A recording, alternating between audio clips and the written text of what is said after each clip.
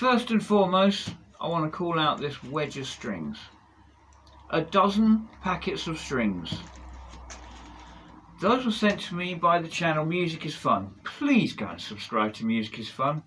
I can't fucking express. It occurred to me, he asked me the other day, what string gauge do you use? And I was like, 10 to 52, but like, I've been using 10 to 46 because you can get the, the pack's cheaper and actually like tremolo guitars and stuff tend to prefer that.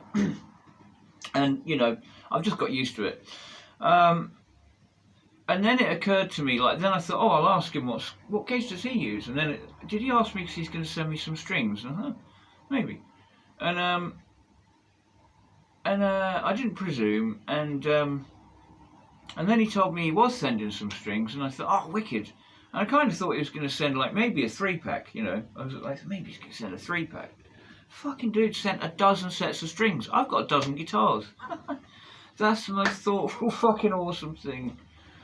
And, I've got a special treat. I've got a special treat that I'm going to get drawn up. So all I can say is thank you so much, Clemens, you bloody bless you angel, Sonic Angel, absolute patron of this studio. You don't believe what you won't understand how alive you've made the studio simply by allowing every single guitar to have fresh strings. I've already got the Yamaha up and going, and I've restrung the Conrad. And that's what I've done so far, and it's just so good to have the Yamaha. Like, I'm so keen to get like the Nitro back up. The F-types need like fucking strings so badly. The Les Paul, and like really, because I'm gonna do a string change, I'll do the pickup change on the Les Paul. So I'm gonna get that done. And the Axel Telecaster. I mean, it's just, come on, dude. Like, it's making too much difference. Also, the ESP is like in dire need of a string change. So yeah, fucking awesome. Anyway, this episode is all about Tubescreamers. I've just come away from a video that I was playing along to of JHS, Josh from JHS Pedals, and he's just released the white goods, like fridge, freezer, fucking washing machine, the white goods Series 3, 99 quid. It's Tubescreamer. And it's a very fucking good pedal. It looks really interesting. I really think I might have to have a look. On my birthday, which is later in the year, I intend to buy myself a Ibanez Tubescreamer. Maybe as a point of reference. It's not that I need one, or it's that I kind of like want that point of reference. And I think, you know what, I'm gonna maybe go balls out, maybe go hand wired, or maybe just buy a TS9 and a TS808. Or maybe I'll buy like a fucking a Mini, or because like my dear friend Chris, and happy birthday Sophie, and maybe I'll go hand wired, or maybe I'll go new tube, because that's a very interesting pedal, and you can dictate the amount of like clean, dirty mix. So there's a lot of interesting Ibanez ones, but I'm definitely gonna, for my birthday, buy myself an actual Ibanez Tubescreamer. But it's not that I feel the need. I want to point that out. My ears are very locked into certain things. I know what certain sounds are, like a Les Paul, for instance, a Telecaster. These are things that I've played to death, and played real vintage ones, and good ones and bad ones, and I know what's what. And the Tubescreamer is like that. The Tubescreamer is like that. And I've told you the story before. I was very loath to buy a cheap clone because I knew it wouldn't measure up, because my last Tubescreamer was a Black Label, and I had the magical pairing of the Black Label like Tubescreamer and compressor, and it was like the alpha and omega of my rig. And if it wasn't for Josh of JHS doing a demo, like what's the deal with Behringer or something about clones, and he compared, like he had my old Black Label, right, and put it against a Behringer, and I couldn't tell, and I thought, whoa, and they're 20 quid. I've seen them on Amazon. I'll fucking give that a go for 20 quid. Okay, if it doesn't work, it doesn't work. I'll give that a go. And when I got it, I was hugely impressed, and that has opened the floodgates for me buying cheap clones, which usually I wasn't really fucking into before. Beginning of last year. So, this is quite a new thing. Like, not one of my pedals before this time last year was a cheap clone. They were all like original circuits, original designs, you know, and you know, some of them getting on, some of them new. I mean, like the Boss Metal Core, that was quite a new pedal. I think I got that, you know, and it was only like a couple of years old. Like they've been out that long, and yeah, like there was not one pedal that was a clone, and now I've got like dozens of clones. So it opened the floodgates, and I'm so glad because like they are up to it. So far, I haven't been disappointed. I tend to read a lot of reviews and watch video demos first, and I'm quite skeptical. So it's like I tend to do my homework first, but so far I've not been disappointed. And rather than like, you know, I haven't bought a single clone yet, but I've bought like 3 or 4 fucking TubeScreamers. Anyway, let's have a look at our TubeScreamers that we're going to show today. Because I want to follow up from what some of the things that Josh said, and I was delighted that he backed me up on so many things. So, what we're going to be using is the Behringer, the Tom's Line Engineering Michael Bashio pedal, and the Crazy Cacti.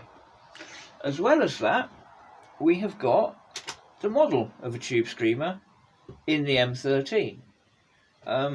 And also, we're going to go clean into the Vox amp, which is set for clean, clean Dumble actually, and we're going to use the TubeScreamer in that. That also has a TubeScreamer model. Then we're going to move on to dirty and how like you can gain stage with a TubeScreamer, but I'm going to keep it simple. Rather than using multiple pedals, we're going to use the gain that's in the Fender Champ 110, which is a wonderful, wonderful solid state amp. And so we're going to have the TubeScreamers run into that, which has got a little bit of dirt in it. So we're going to go clean, dirty, and we're going to be running all TubeScreamers. And yeah, TubeScreamer, like on there. Very handy. Now, so I'm going to put you over here. The guitar we're going to use, I am going to use my beloved Paisley Burst Telecaster. This is a unique machine and I love it.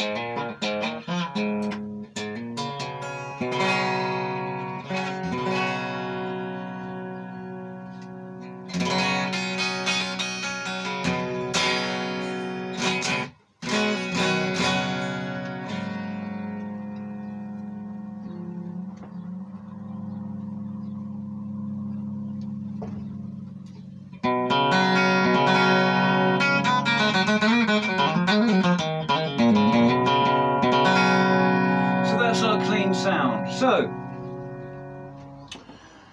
moving swiftly on, let us have a look. So we're going to go first into TubeScreamers into the clean amp. So we'll start off with how I started off, which is the Behringer.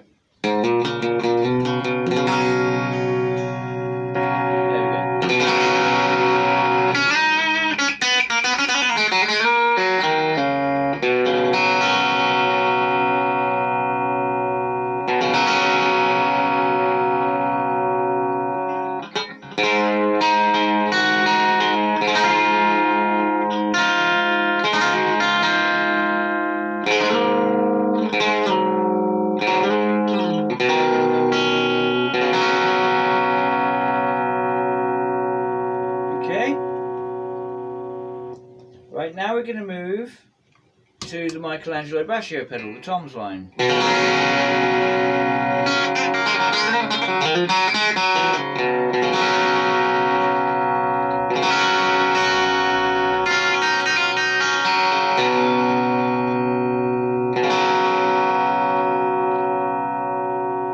Okay, and back to the Behringer.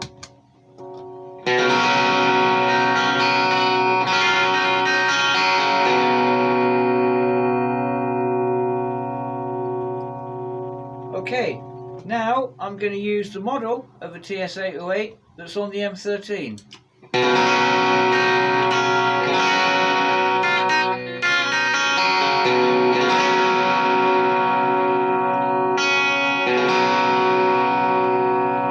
And back to the Behringer.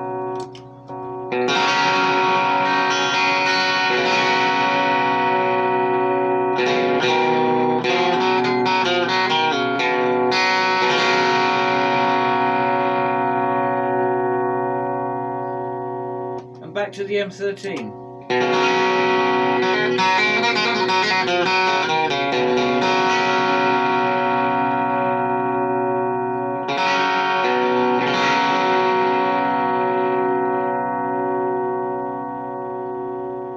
And now back to the Behringer.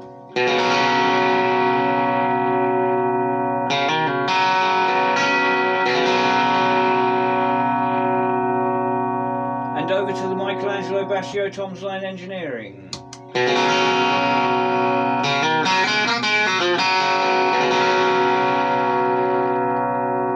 And now we're going on to the Crazy Cacti, which is a little bit different, and the MOSFET.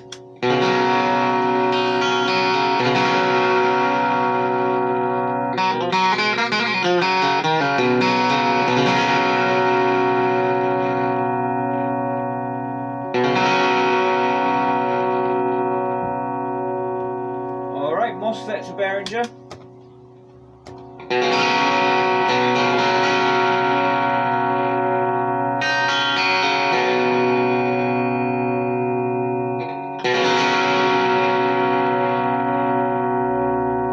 Okay, and back to the MOSFET.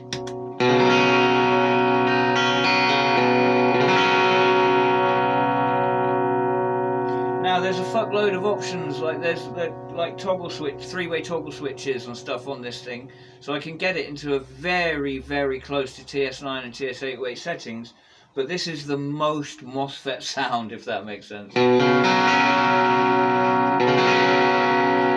basically I've pulled it as far away from being a Tubescreamer as possible, right? It's always going to be like a Tubescreamer, but I've pulled it into its own character as much as possible.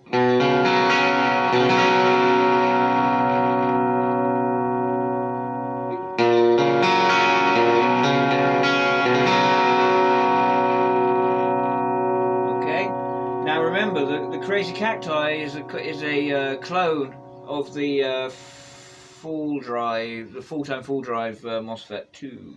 So back to the Behringer.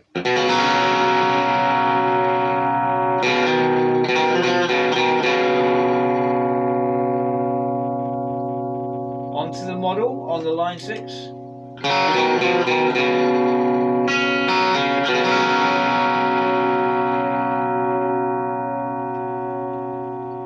Okay, now I'm going to go to the model on the Vox, okay?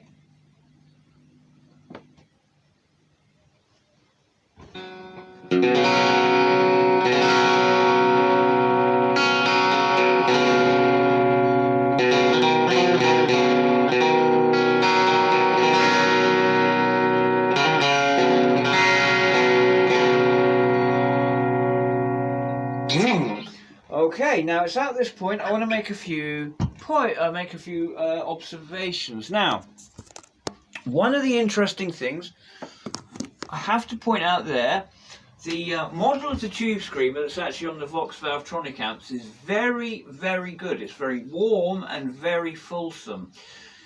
But there's no adjustability. You've got adjustability of gain and that's it. You can switch it on and off and adjust the gain and that's it. But it sounds good. Now, what's cool about that is, like a point Malco made, a point Pontiac I think made to him, is like, you know, being overwhelmed by choice. Well, I kind of find that funny from Malco, because you can't, like, how many guitars? and actually, Malco, approach your effects like your guitar. So you think, oh, I'm in like a humbucker mood today. I'll take like a Washburn wing, and you pick one, and then maybe like want to go a bit bright, so you pick another. Just be like that with your effects. Just start small, baby steps. But it's like a big mixing desk, right? It looks fucking mad when you first look at it. It's like, ugh. But once you've used a mixing desk, a little baby mixing desk, and you know the channel strip and what an insert is and what auxiliaries are and what, you know, mixer section, like, you know, EQ section, it's like, you know what a fucking big desk does then, and it's not so intimidating, right? And it's just the same shit, Mal. It's exactly the same. Don't be, like, overwhelmed by massive effects. I mean, like, I'd say this line 6 here, the M13, is a pretty bloody complex pedal board. And it hasn't taken me long to get like fucking wing wang wong into the corners of it. You know, it's just you know, just have a go with these things. But a few notes. So like no adjustability on the Vox one, and it is a very nice sound. And interestingly, one of the great advantages, I used to look down on in-amp effects, but in-amp effects, there's no fucking patch leads, right? So there's no like fucking daisy chains, right? It's all integral. So there's very little signal loss. Okay, that's cool. Now, on the M13, the TubeScreamer on that has a fucking bucket load of controls. So you have drive and you have output, right? And then on a normal TubeScreamer, you'd have a tone. Where you've got that, you've got tone, but you've also got treble and bass. So the tone's more sort of like a presence. It feels more like a presence anyway. So you have more controls than normal. That would be like a 5-knob TubeScreamer if it was real. And the sound is absolutely brilliant there. You can hear the difference are fucking minimal. And the crazy thing is, if I had to pick the most active, excluding the crazy cacti, let's just stick to the, like, you know, the TS808 clones. If I had to pick like the most active and reactive to sort of like how the input that it's actually the one in the M13, which is crazy to me, which is really kind of, it's brought me up short because a lot of the things that I assume that I know, I don't know. Okay, I don't know. I'm full of fucking shit. And it's very crazy to me. So that has been an interesting learning experience. But yeah, the one on the M13 is great. It has like great adjustability, and it's possibly like, you know, I don't know. It's maybe my favourite. So what can you say? It's hard to fucking, you know. And I'm going to buy more TubeScreamers because I'm going to kind of collect TubeScreamers a bit, I think. It's like the one pedal I'm going to collect. So I'm kind of obsessed with stacking with TubeScreamer. And if I had to pick a favourite pedal to just go gigging with tomorrow, it'd be the Behringer, because it's the closest to like an Ibanez in the way that the gain works, in the way that the tone feels. It's so fucking, it's there, like it's there. And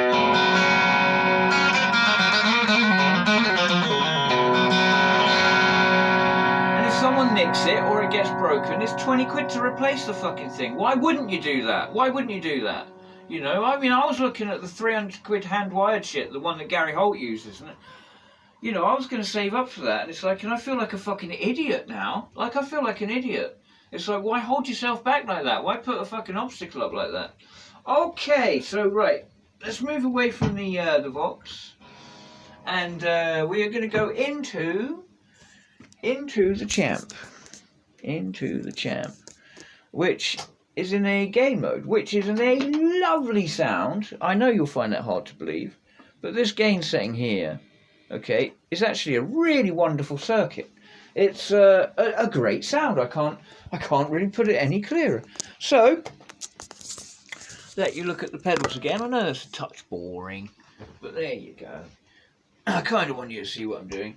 So this is the gain. This is it without a TubeScreamer going.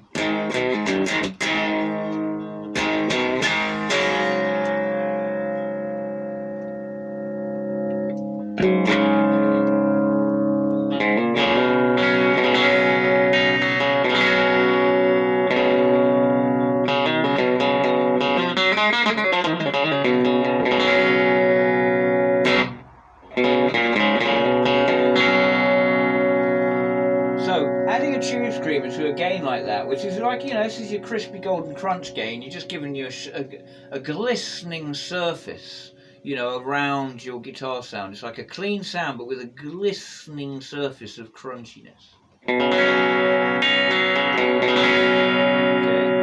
and so I'm going to add to that. We'll start with the Behringer.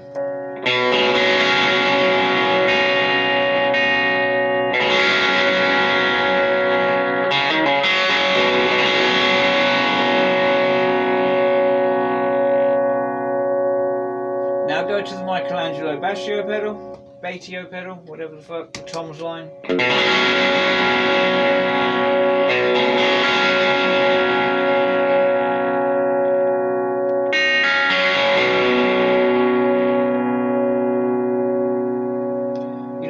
to the decay carefully. Listen to the actual, like, you know, the dynamics flowing past your ear of the decay.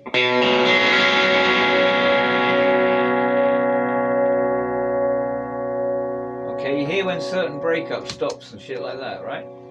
Back to the Behringer. We're on the Behringer now.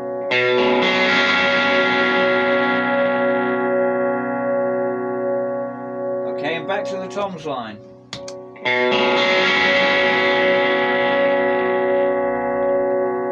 Okay, you detect the subtle differences. Now we'll go on to the M13 model.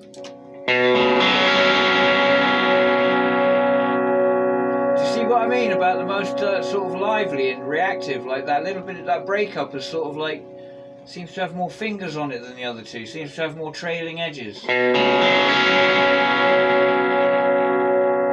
I mean?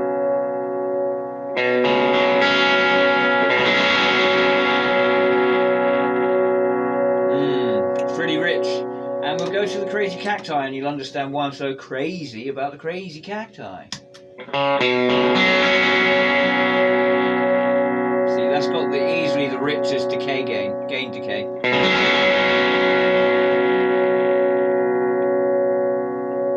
Fucked up in my own buzzwords now, I can't get them in the right order. Okay.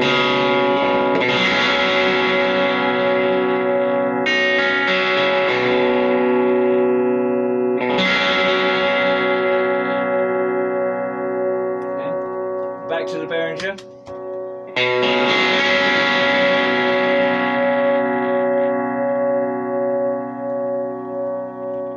And the model on the M13.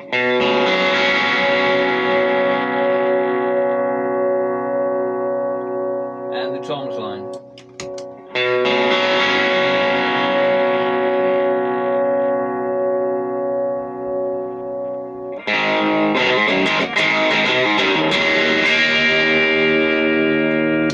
Behringer.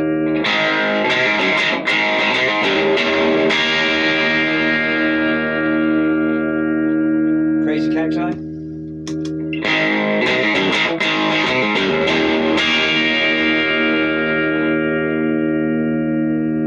Back to the toms line.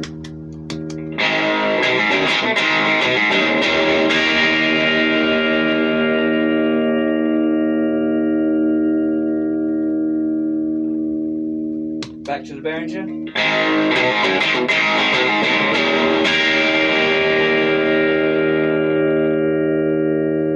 And on to the M13 model.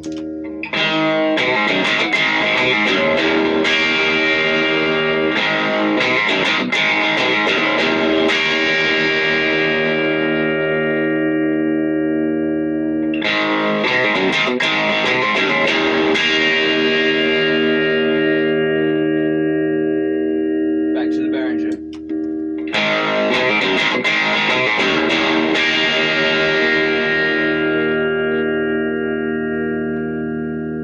And the toms line.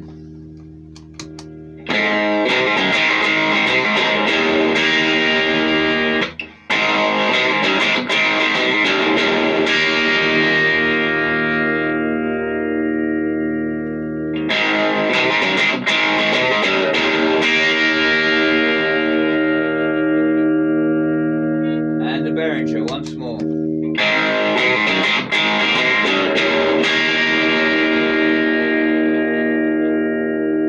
And the model once more.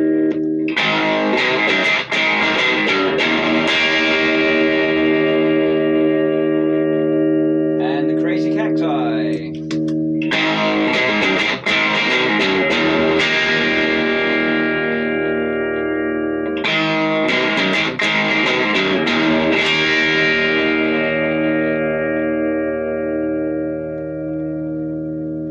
And the Behringer.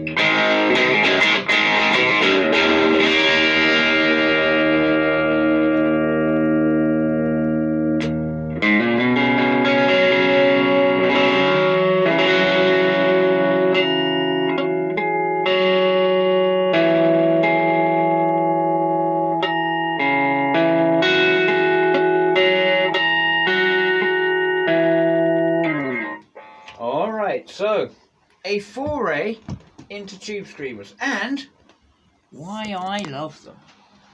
So I don't know what you think is the best out of that lot. Some important things to point out is that the Behringer is buffered, the Tom's line isn't, and neither is the Crazy Cacti. They're both true bypass. The M13 is in DSP mode, like you can go true bypass or DSP, and I have to tell you that DSP is way better. There are many things that it does in DSP which it doesn't do. It's a bit brutal. In true bypass. There are certain applications in the studio where I might use true bypass if I was using it as a singular pedal, like a single delay or something like that. But pretty much every application of the DSP is way better. Just let it do its thing. Don't be frightened of digital technology. When you've got a big lump of digital technology, don't go trying to make it like not be what it is. Just let it do its thing. I was kind of shocked by that. I thought true bypass would be much better, but no. So, I don't know if you got anything at all out of that, apart from the fact that I love ranting about Tubescreamers. I was really glad that Josh of JHS mentioned, like, these are the pedal to stack, like. Generally in my signal chain, if you look at it, it's usually guitar lead into a Tubescreamer, and then, you know, it's, quite often I put modulation effects in between. You know, so if I've got a chorus, it'll be like Tubescreamer chorus, then the other drive, like say Governor. I mean, I try all sorts of combinations, but you know, it's very interesting. And I mean, even the Metal Zone earlier today, when I'm working on a tune, you know, I was using a Metal Zone right down to minimum and just popping it over the cliff with the Tubescreamer, like. And it starts to give, instead of just turning the gain up on the Metal Zone, it gives it a different dynamic. Okay, it gives it a completely different dynamic. Now, sometimes it's best to leave a pedal on its own, like, you know, let it do all of the work. But other times you get more of a playfulness, like in the way that everything's distorting. You get more of a playfulness when you combine pedals, when you stack them. And you know, the Tubescreamer, because it sort of like does that thing where it doesn't run dirty and clean. You know, it preserves your clean signal, and thus is a great pedal to put in front of other drive pedals, because it's like pre-crunching up your signal, but not to the point that you're losing the dynamics of putting the clean signal into the dirty pedal. So yeah, I mean, you've heard results that I've done with it before. One of my fucking favourite sounds is, I've mentioned it the other day, is Gary Holt's thrash sound, where he uses a JCM 800 with a Tubescreamer in front of it. And I'll just demonstrate that very quickly. So here you can see, right, let's get like, you'll see how quickly it takes to find your way around a modelling amp like this. Now, it looks complicated, right? But okay, let's go JCM 800, okay? So we go to UK Rock on the amp models, okay? And we go standard, custom. We go to the yellow. Now that's the JCM 800, okay? We've got the tube overdrive, that's the Tubescreamer there, okay? Because it's a Marshall, we dime the EQ, okay? I know it sounds crazy, but there you go. The gain, we put it there, we put the volume there, okay? And let's have a go and see how that is. Alright, there you go. Right, so all that remains for me to do is take the Tubescreamer in and out. I'm still using the telly. I might switch to a humbucker guitar to go full Gary Holt, I think. No need. Right.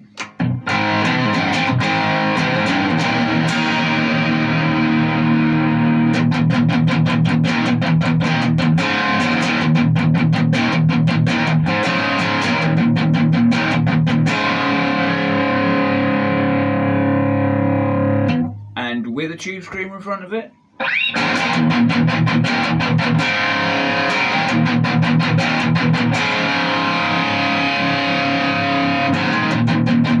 That's without the Tubescreamer. And I'll hit the Tubescreamer.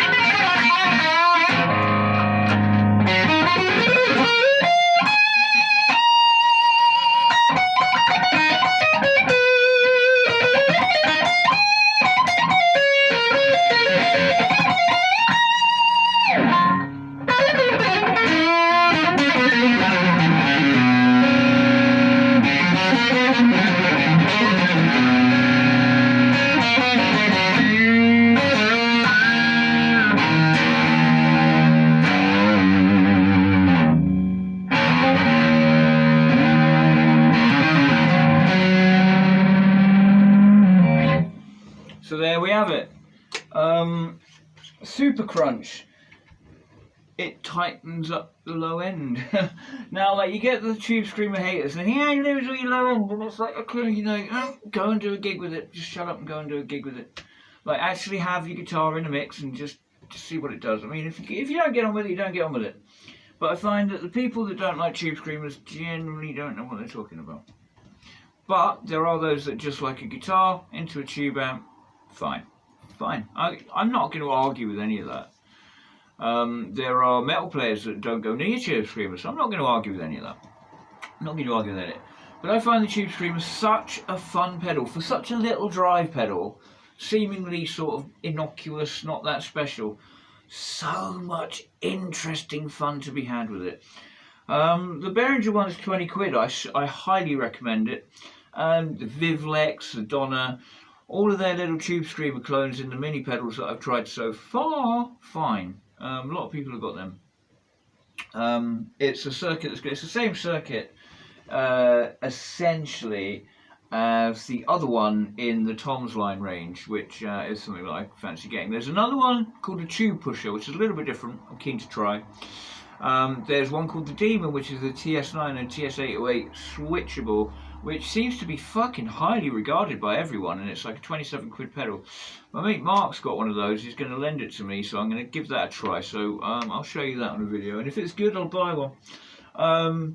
But yeah, that's about it. I'm going to leave you be. I'm going to show you the acoustic wall, because, like, isn't it cool? All the acoustics on one wall, and the little acoustic pickup up there too, with a lot of my artwork and stuff.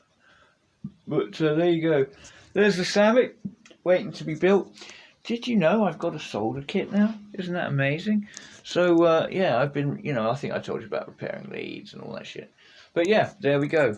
All done. So really, just because like Josh has done such a good episode, which I urge you to go and watch, about the TubeScreamer. There we go. I urge you to go and watch that episode, because, like, it's like the fucking coolest thing imaginable. Oh, one more thing. We must complete the sonic ritual. Jim McAndrew, my friend, this bong rip is for you.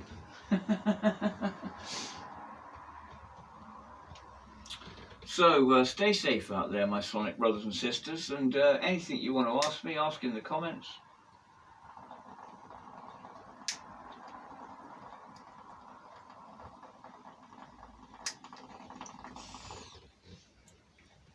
My incredible highs of 200 subscribers was immediately sabotaged by someone unsubbing, so I've got like treats in store for all the people that asked the stuff on my Facebook page to do as part of the 200 sub celebration. You're just gonna have to wait until someone subscribes, because like I'm a bitter, twisted, mean old goat of a man, and I love you very fucking much. And Clemens, goodness, I don't know what to say. Bless you, my friend.